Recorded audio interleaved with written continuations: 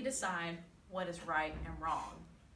Ethologist Richard Dawkins has proposed an idea to where morality comes from and to how we as people and as a society distinguish right from wrong. In his book, The God Delusion, in the chapter, The Moral Zeitgeist, he has said that morality does not come from religion because across different religious and cultural backgrounds, people come to the same idea and principle of morality, even though there are holy scriptures may not distinguish between right and wrong, and that it also talks about things that are not done by decent people. Now let's go into the process of this idea of the moral zeitgeist. Dawkins, in both a lecture that he's done and in this same book, describes what is zeitgeist, how it relates to morality, and how this idea is shown. He defines zeitgeist as the German word for spirit of the times. And he relates this to morality as morals change over time. For example, throughout most of Western civilization, up until the mid to late 1900s, racism was prevalent. For example, many progressive liberals of that time are considered racist by today's standards, but are seen as ahead of their time in ideas, such as Abraham Lincoln, Thomas Huxley, and H.G. Wells.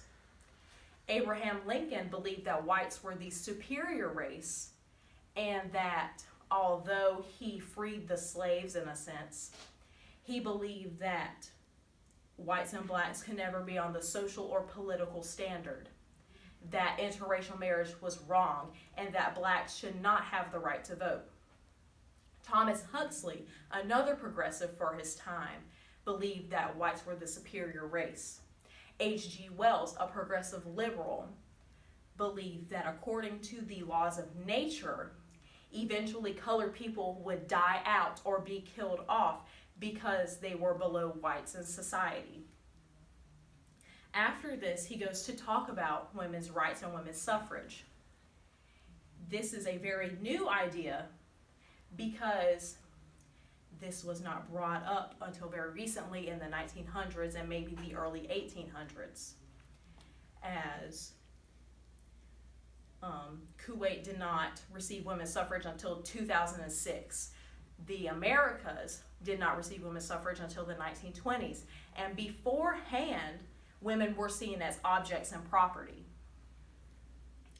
He also then goes on to talk about the Iraq War and the opposition it faced in comparison to the opposition that World War II had, as World War II received very little opposition while having much more civilian casualties than the Iraq War. After this, we can go on to talk about Harvard Business School's article on leadership, where they talk about how ideas have progressed over the 20th century, where we had the AIDS movement, the civil rights movement, the women's suffrage movement, we had prohibition, we had the desegregation. We had so many things that were not even brought up in the 1800s, and they are staples in society as of the very end of the 20th century and of now in the 21st. In an interview that Richard Dawkins did with CBC's The Hour, he talks about how religion may predispose people to actually doing evil things, because without blind faith, you would have no reason to do these things. After this, in both his book and in his lecture, he describes where morality comes from.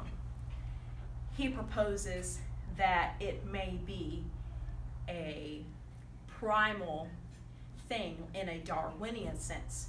And he also describes how it may be a composite of discussion, writings, laws, and congressional politics of each decade.